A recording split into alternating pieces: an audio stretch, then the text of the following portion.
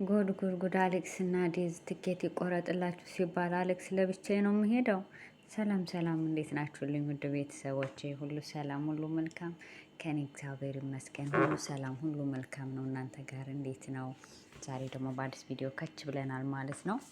የዛሬው ቪዲዮ ደግሞ በጣም የሚገርም ነው። አንዳንድ ጊዜም ያሳዝናልም፣ ግን ያው አንዳንድ ጊዜ ሲኖራችሁ ብር ሲኖራችሁ ምናምን ትንደላቀቃላችሁ እና ዛሬ አሌክስ ተጠየቀ ማለት ነው። ትኬት ይቆረጥላችሁና ዱባይ አንተና ዴዚ ናሉ። አሌክስ እኔ ለብቻዬ ነው ከዴዚ ጋር አልሄድም ብሎ እኮ አለ። ምን አስበው ነው እንደዚያ ያለው? እኔ በጣም ገርሞኛል። ምክንያቱም ለምሳሌ ማለት ነው ዴዚም አሌክስም ለምደው ለየብቻችሁ፣ ከዛ ወይኔ ከእሷ ጋር አልሄድም አሊያ ለየብቻዬ ሆቴል እያዝልኝ ለብቻዬ፣ እሷ ለብቻዋ እኔ ለብቻዬ እንጂ አንድ ጋር አልሄድም አሊያ ካንስል አድርጉት እኔ አልሄድም የሚል መልእክት አስተላለፈ። እኔ ራሱ ገርሞኛል። ፕራንክ ይሁን ምን ይሁን አላቅም። እስኪ ነገ ደግሞ እንሰማለን ማለት ነው ጉዱን። እኔ በጣም ነው የከፋኝ የተናደርኩት። እንደዚህ እኮ ምስኪን ልጅ ናት። እንዴት ነው እንደዚህ ሌላት የሚችለው እንዴ? አንድ ጋር ቆርጠው አንድ ጋር መጥተው ተዝናንተው መሄድ እያለባት እሷም ነፍሰ ጡር ናት አይደል እንዴ? እንዴት ነው እንደዚህ ሊያደርግ የሚችለው? መንከባከብ ሲገባው እኔ ራሱ ተናድጃለሁ። ውድ ቤተሰብ እናንተ አሁን ምን ትላላችሁ በዚህ ጉዳይ ላይ? እንዴት ነው ብሩን የሚከፍለው ሌላ ሰው፣ ትኬት የሚቆርጥላቸው ሌላ ሰው፣ እዚህ ሆቴል ቤት የያዘላቸው ማረፊያ ሌላ ሰው፣ የመዝናኛ የሚከፍልላቸው የራሱ ሰው። እነሱ እኮ ልብስና ሳሙና ብቻ አዘጋጅተው ነው የሚመጡት። ሁሉ ነገር በሰው ነው። እዚህ ደግሞ ሲመጡ ማስታወቂያ ሌላ፣ እንደዛ አንዳንድ ሰዎች ይገናኛሉ። ምግብም ሁሉም ነገር ሌላ ሰው ነው የሚያዘጋጀው። እነሱ ግን ምንድነው እንደዚህ ጥጋብ የሚያደርጓቸው? እኔ እኮ ግርም የሚለኝ ማለት ነው ሆቴል አዘጋጆቹ እንደዚህ ብር ለምን ለድሃ አይሰጡም? ለሀብታም ለተንደላቀቀ፣ አንዴ ከሚስቴ ጋር አልሄድም አንዴ ለየብቻ ሆቴል ያዙልኝ ምናምን ለሚል ሰው ለምንድን ነው እንትን የሚሉት የሚቆርጡት ትኬት ማለት ነው? ነገሩ ያው ሀብታም ሰዎች አስመሳይ ናቸው። ከታዋቂ ሰዎች ጋር ስማቸው እንዲነሳ እንዲጨበጨብላቸው ለማስመሰል አይደለም የሚያደርጉት። ለነፍሳቸው የሚያደርጉ እዚህ ስንት አሉ የመዳም ልጆች መውጣት እየፈለጉ ገንዘብ አተዋጥሯቸው በዓልን ሳያከብሩ ቤት ውስጥ ሪፎርም ለብሰው ያከበሩ። ለምን ለነሱ የሆነ ነገር አያደርጉላቸውም?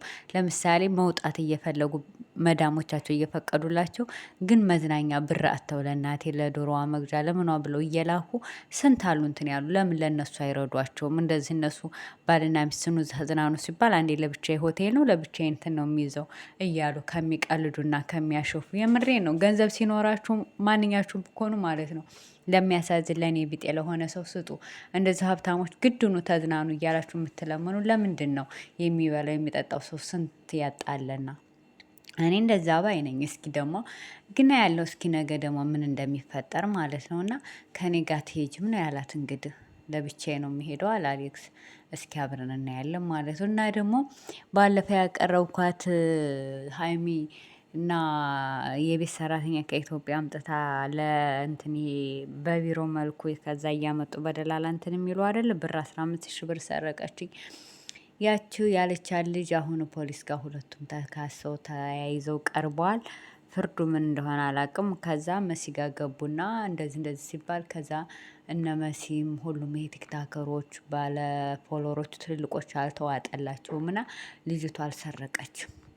አይገርማችሁም? ልጅቷ አልሰረቀችም። ምክንያቱም እነሱ ራሱ አሁን የዚች አሁን ሀይሚ ለምትባለው ትንሽ ታዋቂ ቢጤ ምናት እንደገና ከታዋቂዎች ጋር ደግሞ አብራ የምትሄድ የምትወጣ የምገባ አብራ የምበላ ምናምን ስለሆነች ሁሉም አሁን ለሷ ምናምን ነበር በፊት ያገዙት ማለት ነው። እና አፏ ምልጧት ከዛ ልጅቷ ስትናገር እኔ ምንም ነገር አልወሰድኩ፣ ከመጣሁ ልብስም አልቀየርኩኝ፣ ከኢትዮጵያ ነው የመጣሁ፣ ቋንቋ አልችል። ከዛ እኔ ጠየቅኳት እኔ ልብስ መቀየር ያፈልጋለሁ፣ ፔሬድ ላይ ነኝ፣ ሞደስ መግዣ ፈልጋለሁ፣ ስጭኝ ስጭኝ ትትላት። ከዛ ምን ትላታለች? ከኢትዮጵያ ይዤ የመጣሁት ጨርሻለሁ፣ ቆይ እገዛልሻለሁ፣ እሺ ብር የለኝም ምናምን እያለች ስትል ከዛ ልጅቷ በቃ ይማረሩና ይጠፋሉ። ከዛ ከጠፉ በኋላ ደግሞ ይችኛዋ ከዛ አንቺ ነሽ ብሬን 15 ሺህ ብር የሰጠሽ ብላ ላይቭ ላይ ወጥታ ሰው ቤት ስታለቅስ፣ ከዛ ሀብ እነዚህ ታዋቂዎቹ ምናምን ይመጡና ምን ሆነሽ ነው እንደዚህ እኮ ነው እሺ ከዛ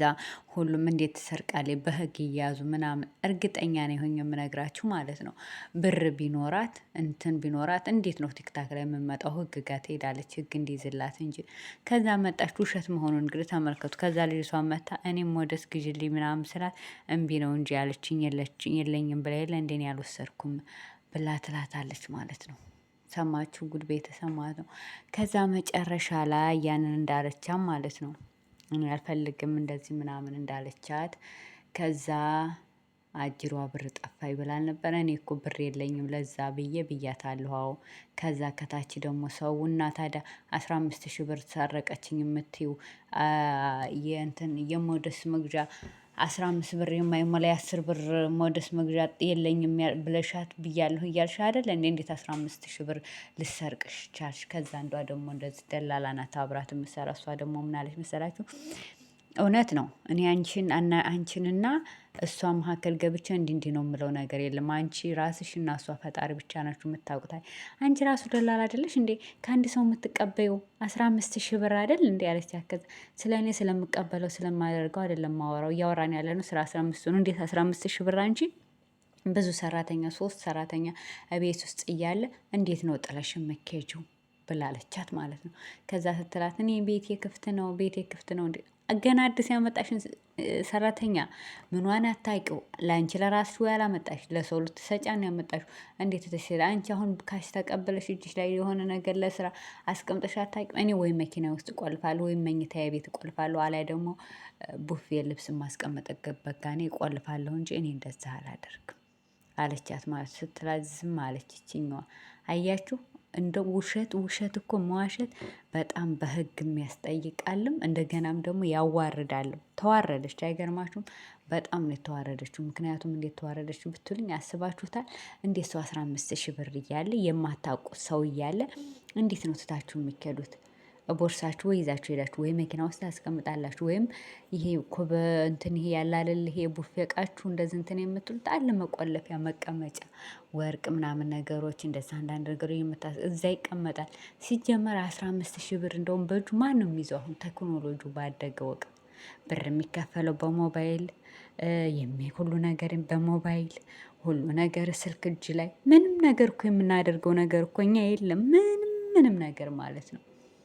ምንም ነገር የለም በቃ ሁሉ በእጅ ነው። እንዴት አውጥተው በቃ አሁን ሆነ ወይ ለስራ ምንም ቢሆን እዛው ባንክ ቤት ወደሆነ ቦታ ያስቀምጣሉ እንጂ እንዴት ሊሰጡ ይችላሉ?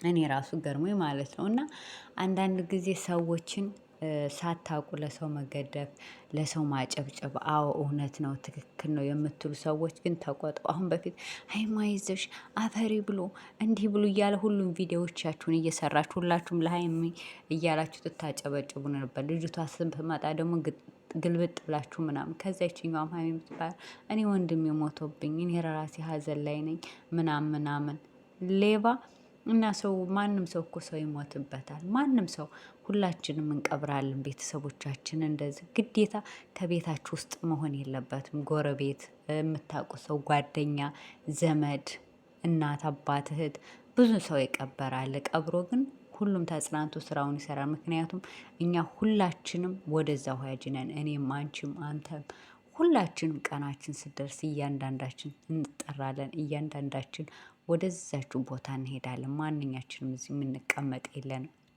ሁላችንም ማለት ነው። እና ተጽናንታ እንደመስራት ወይም ደግሞ የወንድሙ ሀዘን ከሆነ እንዴት ውሸት ትዋሻለች? ዛሬ እንደምትሞት እያወቀችው ሌቦች ነበሩ ሊያጭበረብሩ ከዛ ጠፋብኝ ምናምን ብላ የመዳም ቅመሞችን ልዘርፍ ከዛ በኋላ እንትን ልትል በቃ ሚስኪን ወይኔ ጠፍቶባት ያችኛውም ከኢትዮጵያ ነው የመጣው ከየት አምጥታ ትሰራታለች ምናምን ብለው አሰባሰቡ ምናምን እንዲሰጧን ነበር የፈለገችው። ግን ህዝቤ ነቃ። ማን ይሰበስብላታል? በአሁኑ ሰዓት እናቴ የለኝም ካላችሁ የለኝም ነው። ማንም ዘወር ብሎ አያችሁም። ገንዘባችሁን ካልያዛችሁ በቃ የሰጣችኋቸውም ያረጋችሁላቸውም ተስልካቸው ነው ቡልክ አድርገው በሰላማ የሚሏችሁ። ነገ ጧት ይሄን አድርጋልናል ብለው ማንም ዘወር ብሎ የሚያያችሁ የለም። ገንዘባችሁን መያዝ ነው። አሁን ላይ ዘመዳችሁም ምናችሁም ገንዘብና ገንዘብ ብቻ ነው። በቃ የሰው ልጅ በአሁኑ ሰዓት ተገለባበጭ ነው። ሰውን ማመን በቃ ምንም የለም። ሰው የሚታመን የለም በአሁኑ ሰዓት ምንም ሆነ ምንም የምትታመነው ገንዘብ ናት። ሰው እናት አባቱን እህቱ ሁሉም በቃ ገንዘቡን እየተወ እየጣለ ምን እያለ ነው። እንትን እያለ ያለው ማለት ነው። እና በጣም የሚያሳፍር ጊዜ የሚያስቀፍፍ ጊዜ ላይ ነው ያለ ነው ማለት አንድ ሰው ቤት ከሄዳችሁ እንኳ አድራችሁ እንኳ አዳር ልጅቷ እኮ ከመጣች 3 ቀኗ ነው። ሰው ልጅ 1 ቀን እንኳ ሄዶ አዳር ካደረ በኋላ እናንተ ሌባ ናችሁ። እግዚኦ እኮ ነው። አንድ ሰው በ2 ቀኗ እንደዚህ ሰረቅሽ በምን አውቃውንስ እንዴት ብር ብላ አለ ብላስ እንዴት ታገላብጣለች?